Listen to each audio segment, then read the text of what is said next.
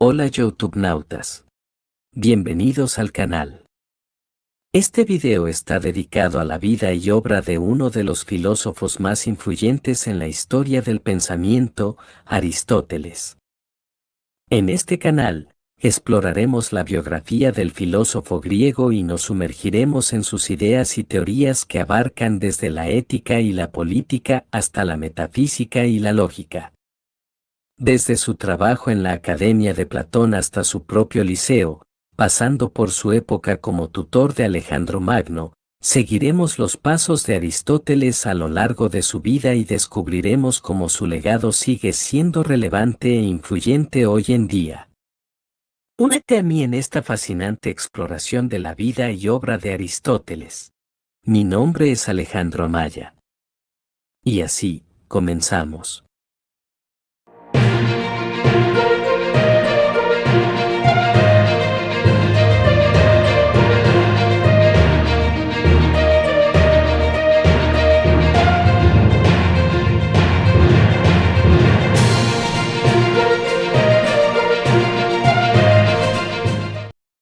La filosofía occidental se asienta en la obra de los tres grandes filósofos griegos de la antigüedad, Sócrates, Platón y Aristóteles. Pese a la singular relación que los unió, Sócrates fue maestro de Platón, quien lo fue a su vez de Aristóteles. La orientación de su pensamiento tomó distintos caminos, y correspondería a Aristóteles culminar los esfuerzos de sus maestros y ejercer la influencia más perdurable, no solo en el terreno de la filosofía y la teología, sino prácticamente en todas las disciplinas científicas y humanísticas. De hecho, por el rigor de su metodología y por la amplitud de los campos que abarcó y sistematizó, Aristóteles puede ser considerado el primer investigador científico en el sentido moderno de la palabra. Algunos ejemplos pueden dar idea de hasta qué punto Aristóteles estableció las bases que configurarían el pensamiento europeo. Las teologías cristiana y musulmana del medioevo asumieron su metafísica, la física y la astronomía aristotélica se mantuvieron vigentes hasta el siglo XVII, sus estudios zoológicos, hasta el XIX, la lógica, hasta el siglo XX, sus apenas 50 páginas sobre estética se siguen debatiendo en nuestros días. Su incuestionada autoridad, reforzada desde la Baja Edad Media por el aristotelismo eclesiástico, llegó incluso a frenar el desarrollo de la ciencia. De tomarse este hecho como una acusación, habría que dirigirla no al filósofo sino a sus dogmáticos seguidores, pero más razonable es tomarlo como ilustración de la sobrehumana magnitud de su impronta y del abismal adelanto que representó su obra. Aristóteles nació en el año 384 a.C. en Estagira, una pequeña localidad macedonia cercana al monte Asos. De su población natal procede una designación habitual para referirse al filósofo, el estagirita. Su padre, Nicómaco, era médico de la corte de Emintes III, padre de Filipo II de Macedonia y, por tanto, abuelo de Alejandro Magno. Nicómaco pertenecía a la familia de los Asclepíades, que se reclamaba descendiente del dios fundador de la medicina y cuyo saber se transmitía de generación en generación. Ello invita a pensar que Aristóteles fue iniciado de niño en los secretos de la medicina, y que de ahí le vino su afición a la investigación experimental y a la ciencia positiva. Huérfano de padre y madre en plena adolescencia, fue adoptado por Proxeno, al cual podría mostrar años después su gratitud adoptando a un hijo suyo llamado Nicanor. En el año 367, es decir, cuando contaba 17 años de edad, fue enviado a Atenas para estudiar en la Academia de Platón. No se sabe qué clase de relación personal se estableció entre ambos filósofos, pero, a juzgar por las escasas referencias que hacen el uno del otro en sus escritos, no cabe hablar de una amistad imperecedera. Lo cual, por otra parte, resulta lógico si se tiene en cuenta que la filosofía de Aristóteles iba a fundarse en una profunda crítica al sistema filosófico platónico. Ambos partían de Sócrates y de su concepto de aidos, pero las dificultades de Platón para insertar en el mundo real su mundo idético, el mundo de las ideas, obligaron a Aristóteles a ir perfilando términos como sustancia, materia y forma, que le alejarían definitivamente de la academia. En cambio, es absolutamente falsa la leyenda según la cual Aristóteles se marchó de Atenas despechado porque Platón, a su muerte, designase a su sobrino Espeusipo para hacerse cargo de la academia. Por su condición de macedonio, Aristóteles no era legalmente elegible para ese puesto. A la muerte de Platón, acaecida en el 348, Aristóteles contaba 36 años de edad, había pasado 20 de ellos simultaneando la enseñanza con el estudio y se encontraba en Atenas, como suele decirse, sin oficio ni beneficio. Así que no debió de pensárselo mucho cuando supo que Hermias de Atarneo, un soldado de fortuna griego, por más detalles, eunuco, que se habla apoderado del sector noroeste de Asia Menor, estaba reuniendo en la ciudad de Axous a cuantos discípulos de la academia quisieran colaborar con él en la helenización de sus dominios. Aristóteles se instaló en Axous en compañía de Genócrates de Calcedonia, un colega académico, y de Teofrasto, discípulo y futuro heredero del legado aristotélico.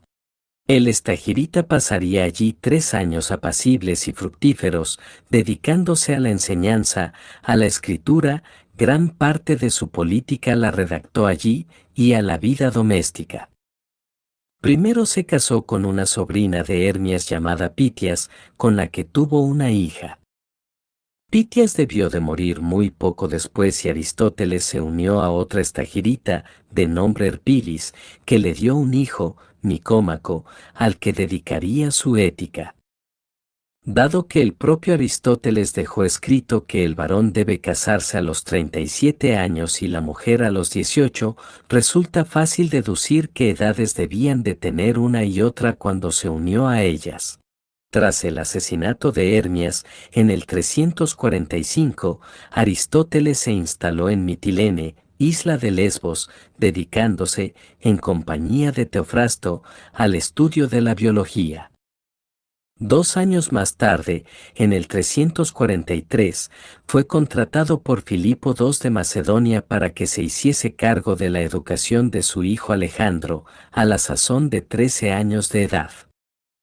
Tampoco se sabe mucho de la relación entre ambos, ya que las leyendas y las falsificaciones han borrado todo rastro de verdad. De ser cierto el carácter que sus contemporáneos atribuyen a Alejandro, al que tachan unánimemente de arrogante, bebedor, cruel, vengativo e ignorante, no se advierte rasgo alguno de la influencia que Aristóteles pudo ejercer sobre él. Como tampoco se advierte la influencia de Alejandro Magno sobre su maestro en el terreno político. Años después, mientras Aristóteles seguía predicando la superioridad de la ciudad-estado, su presunto discípulo establecía las bases de un imperio universal sin el que, al decir de los historiadores, la civilización helénica hubiera sucumbido mucho antes. Poco después de la muerte de Filipo, 336 a.C., Alejandro hizo ejecutar a un sobrino de Aristóteles, Calístenes de Olinto, a quien acusaba de traidor. Conociendo el carácter vengativo de su discípulo, Aristóteles se refugió un año en sus propiedades de Estagira, trasladándose en el 334 a Atenas para fundar, siempre en compañía de Teofrasto, el Liceo, una institución pedagógica que durante años habría de competir con la Academia Platónica, dirigida en ese momento por su viejo camarada Genócrates de Calcedonia. Los 11 años que median entre su regreso a Atenas y la muerte de Alejandro, en el 323, fueron aprovechados por Aristóteles para llevar a cabo una profunda revisión de una obra que, al decir de Hegel, constituye el fundamento de todas las ciencias. Para decirlo de la forma más sucinta posible, Aristóteles fue un prodigioso sintetizador del saber, tan atento a las generalizaciones que constituyen la ciencia como a las diferencias que no solo distinguen a los individuos entre sí, sino que impiden la reducción de los grandes géneros de fenómenos y las ciencias que los estudian. Los seres, afirma Aristóteles, pueden ser móviles e inmóviles y al mismo tiempo separados de la materia o no separados. La ciencia que estudia los seres móviles y no separados es la física, la de los seres inmóviles y no separados es la matemática, y la de los seres inmóviles y separados, la teología. La amplitud y la profundidad de su pensamiento son tales que fue preciso esperar 2000 años para que surgiese alguien de talla parecida. Después de que, en el siglo XIII, Santo Tomás de Aquino integrase sus doctrinas en la teología cristiana, la autoridad del estagirita llegó a quedar tan establecida e incuestionada como la que ejercía la Iglesia, y tanto en la ciencia como en la filosofía todo intento de avance intelectual tendría que empezar con un ataque a cualquiera de los principios filosóficos aristotélicos. Sin embargo, el camino seguido por el pensamiento de Aristóteles hasta alcanzar su posterior preeminencia es tan asombroso que, aun descontando lo que la leyenda haya podido añadir, parece un argumento de novela de aventuras. Con la muerte de Alejandro en el 323, se extendió en Atenas una oleada de nacionalismo antimacedonio, desencadenado por Demóstenes, hecho que le supuso a Aristóteles enfrentarse a una acusación de impiedad. No estando en su ánimo repetir la aventura de Sócrates, Aristóteles se exilió a la isla de Chalcis, donde murió en el 322. Según la tradición, Aristóteles cedió sus obras a Teofrasto, el cual las cedió a su vez a Neleo, quien las envió a casa de sus padres en Esquepsis sólidamente embaladas en cajas y con la orden de que las escondiesen en una cueva para evitar que fuesen requisadas con destino a la biblioteca de Pérgamo.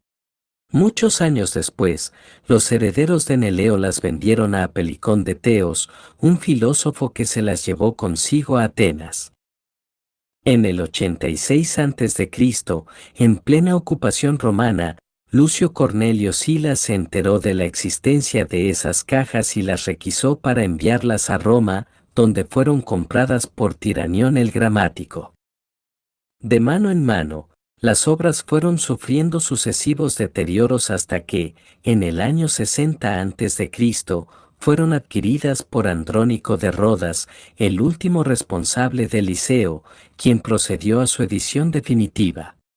A Andrónico se debe, por ejemplo, la introducción del término metafísica. En su ordenación de la obra aristotélica, Andrónico situó, a continuación de los libros sobre la física, una serie de tratados que agrupó bajo el título de metafísica, rótulo anodino que significaba literalmente, después de la física, y que pasaría posteriormente a designar esta rama fundamental de la filosofía. Aristóteles nunca empleó ese término, los tratados así titulados versaban sobre lo que el estagirita llamaba filosofía primera.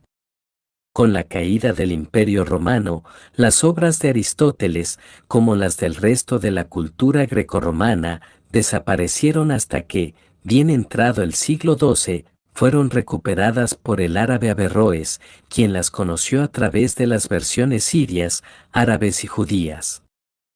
Del total de 170 obras que los catálogos antiguos recogían, solo se han salvado 30, que vienen a ocupar unas 2000 páginas impresas. La mayoría de ellas proceden de los llamados escritos, acromáticos, concebidos para ser utilizados como tratados en el Liceo y no para ser publicados. En cambio, se ha perdido la mayor parte de las obras publicadas en vida del propio Aristóteles, escritas, a menudo en forma diálogos, para el público general. Y bueno, youtubnautas. En conclusión, espero que hayas disfrutado de esta exploración de la vida y obra de Aristóteles. Este filósofo ha tenido un impacto duradero en el pensamiento y la cultura occidental, y su legado sigue siendo relevante en la actualidad. Si te gustó este video, asegúrate de suscribirte a mi canal para mantenerte al tanto de futuras actualizaciones. Además, te agradecería si me recompensas con un like y lo compartes con tus amigos y familiares. Gracias por ver esta biografía y nos vemos en el próximo video.